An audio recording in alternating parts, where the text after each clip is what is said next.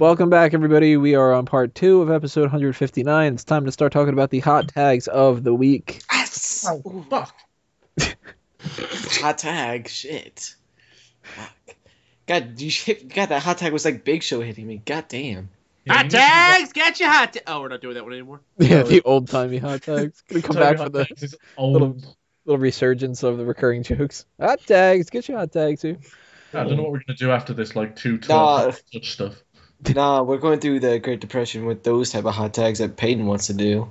Well, I'm pretty sure they're hot because Ferguson burnt them down.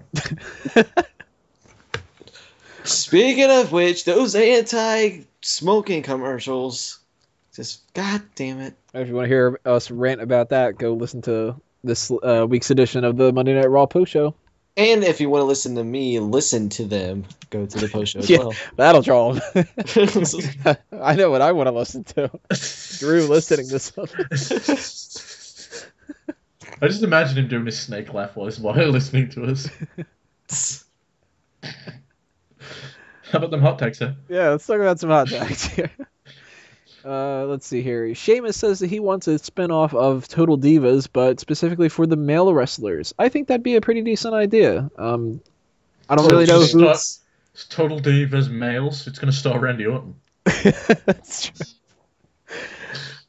There's quite a bit of people, though, that I think would have interesting enough lives that they could follow them around. And the best thing that they could possibly do, if they ever did have that kind of a program, would be to not only put it on the network, but make sure that they don't just make it all about fucking relationships and stuff, because they're not appealing to the female demographic for that, so they don't need to do that.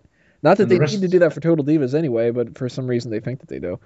But I'd be interested to see, like, it sounds kind of like boring to an extent, but all the people that are wrestling fans, they get to know more about the different wrestlers and stuff, and I'd like to see the stupid shit that goes on, like the ribs backstage, and hell, even the idea of, like, when we can see in the background of Total Divas somebody like a Brodus Clay sitting there, he's just like listening to music in the back and stuff. Like, I want to know more about that kind of shit. Kofi Kingston talks all the time about how a lot of people don't really do the same kind of stuff that they used to do back in the day, that they kind of like sit around at the hotels and play video games and stuff like that, which seems kind of boring. But I'm sure that a lot of people live interesting enough lives that you can pick some of the people that aren't the most popular, the John Cena's and stuff like that, can kind of like go off on their own and follow them around for a little bit. You know, do like a you know who this be perfect for? Tyson Kidd.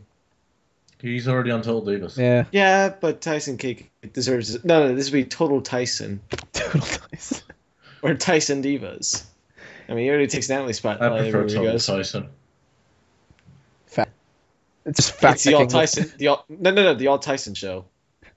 There's a couple of people that I wouldn't mind just learning more about. Like, Bo Dallas is probably a weird motherfucker. Yeah. He's probably fucking what about the bunny in real life? Like Adam Rose. Maybe, yeah. Chris Jericho's got a lot of weird shit that he does, so that might be fun. Chris Jericho has like 20 different projects because, you know, he doesn't dabble in anything. He goes full on in them.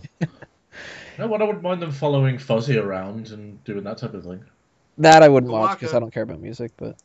Yeah, you're a fucking boring bitch. I want them to follow Orton around just to see if he's as monotone, just like sitting around the house like, yeah, I'm watching TV. I believe we pitched a reality series for Orton shitting in bags before. And Steve Blackman going after him. Yeah, well, they could bring it back. That could be like, I don't know, like a little tag every week. Instead of Total Divas, just total shit. Total turd.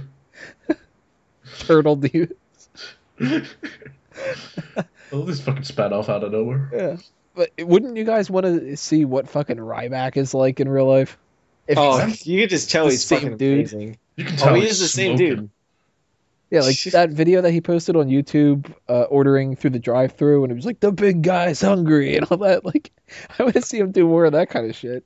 So I'd love that kind of a series. Would you guys watch that? Is that something you would kind of make a priority? If they get the right people to do it, yes. If it's like, I don't know. I don't think Sheamus lives an exciting enough life to watch him walk around places. I wouldn't care about Sheamus. It depends. If you could watch him get beat up by Yoshi Tatsu and Sin Cara, I'd be perfectly fine with it. Yeah. It just depends on who they have. You know, with the Total Divas, there's only like 10 people to choose from. On the male side, you have like a whole 50 or so people, so they'd have to choose the right people. But I think they could do it. Hell, maybe you could get just Johnny Curtis to do it or something like that. There's a reality series sitting and waiting to be utilized, which they've got all the ability to do. The fucking training camp in the developmental system. Yeah. Well, they did want to get Tough Enough up and running again. And it's an easy way to do that. I think they could now that they got that performance center. They could definitely do that now that they have that performance center. Yeah, they don't even need to put any cost into it. They've got everything they need right there. Right. Film the whole thing there. Just you need a couple cameras to do it, and you need people that can do the editing and shit. Tough Enough's a dead format. I don't care about that anymore. If they'd like focus strictly on the developmental system, where we watch like how they bring new tryouts in and watching people make it or not make it, and after like showing it in the WWE 2K15 game, obviously kayfabed, I think it'd be interesting. What they would really need to do for a show like that, though, I think, to make it as interesting as possible, don't bullshit anything. Don't make up any stories. Don't be like, well, this guy might be injured this week. Stay tuned next week. Just don't go get me like, wrong. You play up the stories that are there, but yeah, but don't like fall into the pitfalls of normal TV where it's a commercial break and you've got to hook the people to come back. Like people are watching this because they're interested. Make it more of like a documentary, sort of. I think. If they do go that route where they sort of script the stuff, those guys are probably a hell of a lot better actors than most of the people on Total Divas as well, because they definitely get more airtime on screen and wrestling than they do than the Divas. So I think, from that standpoint, I think they could just totally come up with stuff on the fly and just add stuff to the show to make it better, which I think they could do. So if there was one person on the show that they did follow around or whatever, who would you want them to follow around? And it actually doesn't even need to be somebody who's on the roster right now. It could be like a legend, or it could be somebody who is on developmental or NXT or something like that. But Peyton, who do you think would be your number one guy to follow around? Kelly Breeze. Why's that?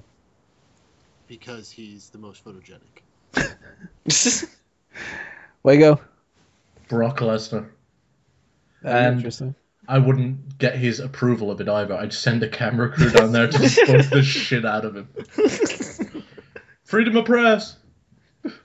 See how long it takes before he kicks our ass. Well, you'd have to show up for the show then. Oh. Is it okay if he doesn't show up each and every week? Well, here's the thing. You're sending the camera crew out to stalk him. He doesn't have a choice. Drew, who would your number one guy be? Well, you kind of already said it right back, because I've been thinking. I think someone on NXT that I would totally want to watch, or it would be Sami Zayn. I feel like Sami's would be someone interesting to just walk around and see what he does. Good choices. I'd watch all these people, especially Brock Lesnar beating the shit out of the people that are filming him. You know, I want to watch Sheamus. I bet Sheamus is fun. He probably just goes around and be like, "Fella." They probably would end up like ruining the whole concept. They'd be like, "We've got an all-star cast. We've got Fernando and I don't know, David Otunga. You could interview all of his dead family." The last person you want to put on there is Adrian Neville. That guy's fucking boring. Someone who I think they could do is Hornswoggle. I think that would be someone that they would totally put on something like that. Actually, Dylan's fun. Yeah, I like listening to him on Talk is Jericho. I'd love for them to follow him around. Yeah, he's especially if they have a midget camera crew. What's that midget TV show that's on like I don't know what it's called, but like it's like that midget family and like how they have like kids that are not midgets, but like the mother and the father are midgets. I don't have a clue about that. Nah. Ow, my vagina. Oh, I think it's like Little People Big World or something like that. And I feel like they could do that with Dylan. Little Big Planet? No. Let's see here. Network stuff, that's going to transition us into... Peyton, you brought this up when we were getting ready here. WWE's putting all their YouTube series on the network now? I shouldn't have said all. They're putting all the most popular ones. As far as which ones exactly, I can't say. But they're taking a bunch of the most popular ones from their YouTube and bringing them over to the WWE Network. And it's about damn time for the people who wanted to watch like Inbox, Warehouse, JBL and Cole Show, all those cool things. Finally, you can now watch them on demand on the WWE Network. Now, you mentioned now earlier we did something about the JBL and Cole Show like stopping for a short period of time. Was that just so they could go move to the network or something like that? No, they're working on other things. They actually have a nationally syndicated daily radio show now. Okay. Well, yeah, wasn't it like a couple of minutes in between like blocks or something like that? Yeah, it's only a few minutes long, but that's the Yeah. thing that they've been working on lately. Okay. Yeah. So Yeah. I really like Inbox, unless they phone it in. I mean, there's been a couple episodes where they've only asked like 2 questions, and they've been really shitty questions. The only people that answered them are like Diego and stuff. But I like that idea. That's one of the reasons why we do the mailbag, because I think that it's interesting kind of concept. But some of the other ones, I haven't been able to get into the JBL and Cole show. I've watched a couple episodes, and it's just not my thing. Warehouse is cool. I wouldn't mind a whole TV show based around Warehouse, where they just talk about all the old memorabilia and stuff. Insider sucked, though. That was terrible. And kind of drawing a blank at some of the other things. They obviously can't put, like, 5 things on the network, or the 30-second Fury. Like, they can't do that kind of stuff, but they should be putting this on the network. You should have as much content on the network as possible, because people are paying for it. Give them as much as you possibly can, right? Word. Yeah. Yeah. Neat. New Japan Pro Wrestling is getting a TV deal with is it Axis or? I think it's AXS? Access, but I don't know. Yeah, I don't think I get that station, just the same as I don't think I get Destination America. Are you sure it's not called Axel? To put into perspective of their audience, TNA has half of what they had on Spike with Destination, and they have half of what Destination does. Oh, Jesus. Still, if they didn't have a it. TV deal before, it's a step up, isn't it? Axel. Yeah. And you know what they're going to probably have that no other company has? Jim Ross on commentary. Woo! New Japan? Mm-hmm. He's doing their January 4th show. At Wrestle Kingdom, I believe 9. It's going to be Jim Ross commentating as the lead announcer. Mike Tenay is rumored to be his partner, and so, which is fine. Mike Tenay apparently knows a lot about Japanese wrestling, so that could be a good duo, and I like that idea. I like the idea of Jim Ross. I'm not a Tenay fan. Well, he's going to be playing a second fiddle, so it's not going to be. Well, I mean, you're a Matt Striker fan, Tony, so Yeah, Striker was great. Yeah. He's a solid hand on Lucha Underground. He does that? Yeah. Man, I haven't been able to check out Lucha Underground yet. You'd like it. It's fucking cheesy. It might be too cheesy for me, though. Nah. You'd probably be all cynical about it. See, I like corny more than cheesy. That's corny too. It's like corn covered in cheese. Sounds like a Mexican dish. Some of that cornmeal spoon bread. Hence why I like it. Ooh, want some of that right now. Ooh, yeah. Cornmeal spoon bread. Oh, spoon bread. It's got bread weird. with spoon. Let's talk about some other New Japan stuff. Yoshi Smother? Tatsu's neck was apparently broken recently. AJ Styles did a really sick-looking Styles clash on him recently, and I was able to check out that match, and that did look like that fucking hurt. So I'm not surprised. He broke his fucking neck, so I'm pretty sure it hurt. Yeah, you know how sometimes somebody will get injured and it's like, wow, they got injured from that? Like, what was it? When John Cena tore his pec, and it just kind of seemed like a regular thing with that match with Kennedy and whatever. Like, this, you could tell immediately. It's just like, yeah, he's fucked. Like, as soon as he hits that Styles clash. So I don't know how long he's supposed to be out. I don't know if that's a situation where his career is done or whatever like that. But as much as we rag on about it, and she was like, "Oh, so is he paralyzed?" I don't fucking know. Tony, let's just say Yoshi Tatsu's career was done years ago. Yeah, let's put it that way. We make fun of Tatsu all the time, but at the same time, we obviously don't want him to be like paralyzed or something like that. So speak for yourself. That's awful. Okay. All right, on interview next week, Yoshi Tatsu's family and Mike Payton. Let's back and forth. I know, you already fucking said that the one guest that we had after the show was ugly, so I don't think he's got a problem being offensive to their face. That's true. Jackass. So, anybody have any thoughts on this whole situation with Yoshi Tatsu? Yes, do not tuck your neck for the Styles Clash. It's not fucking difficult. You literally have to do nothing. That is how bad Yoshi Tatsu is. He fucked up doing nothing.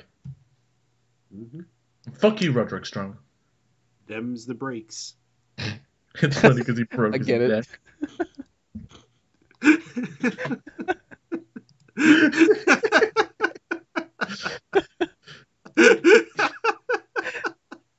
Oh, we're such terrible people. We're sitting there like, it's funny. It's a funny pun because he broke his neck. So yeah, He might not wrestle again, but that was a funny joke. Like, yeah. Here's the thing, I hear people screaming, saying, oh, this is the second time this year that he's broke someone's neck with that move. He should stop doing it. He did it for a fucking decade with no issues. that's true. You took your neck, you are going to break your neck. It is that simple. Dude, the WWE Divas did that move. Uh-huh. There's this British wrestler called Lionheart or some shit. I don't know. Fucking probably wrestled Burhan and Eddie Guerrero. But he sent out some huge-ass letter, which is apparently making rounds, about pleading with AJ Styles to stop using it because he had his neck broken by that move. You want to know why he had his neck broken? Because he took his fucking head. Stop it. I just picture you like an angry father or something like that. Stop it. Knock it off. Look, seriously. Nobody plays soccer. All right, my house, damn it. Okay, I'm gonna do this move to you. I need you to do nothing. Took my head. No, nothing. Okay, I'll took my head. I don't know. It feels kind of dangerous. I better tuck my head. Tug the tugboat. If he wants to tuck his toe. It's funny because that guy doesn't like boobs. It's funny because Yoshi Tatsu's probably gonna die. Wow. What? God, Drew, what the fuck is wrong with you? No, he's not. I mean, are you saying that there's been a new revolution? What's wrong with you? My God, dude, you go away to college for one semester, you come back, you are a vicious, demented whitey. Jesus Christ. You didn't let me finish because everyone dies, dummy. Oh. You know, it's pretty weird. That gives us a pretty good transition for the crazy whitey and the New Day thing that we're going to talk about. Apparently the reason that the New Day stable was delayed was because of the allegations of racism in WWE with Del Rio's exit from the company. I don't get it. And that's pretty interesting that they would stall that for as long as they did. And then right during this whole Ferguson riot thing, they're like, we should bump up that New Day stable an extra week. Let's just get them on SmackDown first. We touched a little bit on this on the Monday Night Raw post show and the Monday Night Raw post show. But what do you guys think about the idea of the Ferguson riots in comparison to the New Day? Is this going to halt that? Is it going to actually make it get a lot more steam behind it? Or is it going to play no factor whatsoever? I think the only way it's going to get any steam behind it is they act like inbred fuckers and start burning the company down. Yeah, maybe they will. Maybe they're going to combine that with Kane. Yeah, I don't know. I feel like if the group is just doomed to fail, then it's not going to help at all. If this is actually going to be something successful, then maybe that could put some steam behind it. But honestly, I don't have much faith in it already because it's just Kofi Kingston and Biggie Langston and Woods. So I don't think it's going to be too thing. It could be something that lasts a couple years. It could be something that could end by the end of this month. We'll have to wait and see. Hopefully, they could use the burning advanced auto parts to get some heat with the crowd. What about the Little Caesars? No justice, no pizza.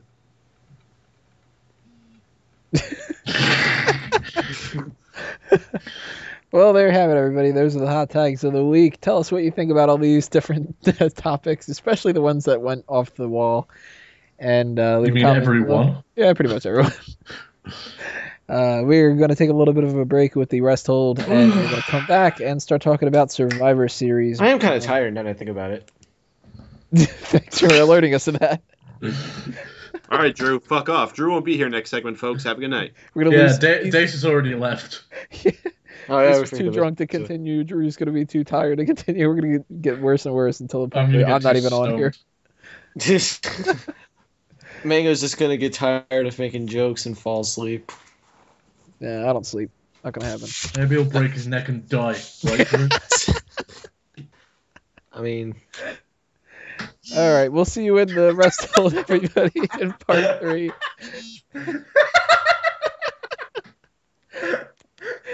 We will be right back.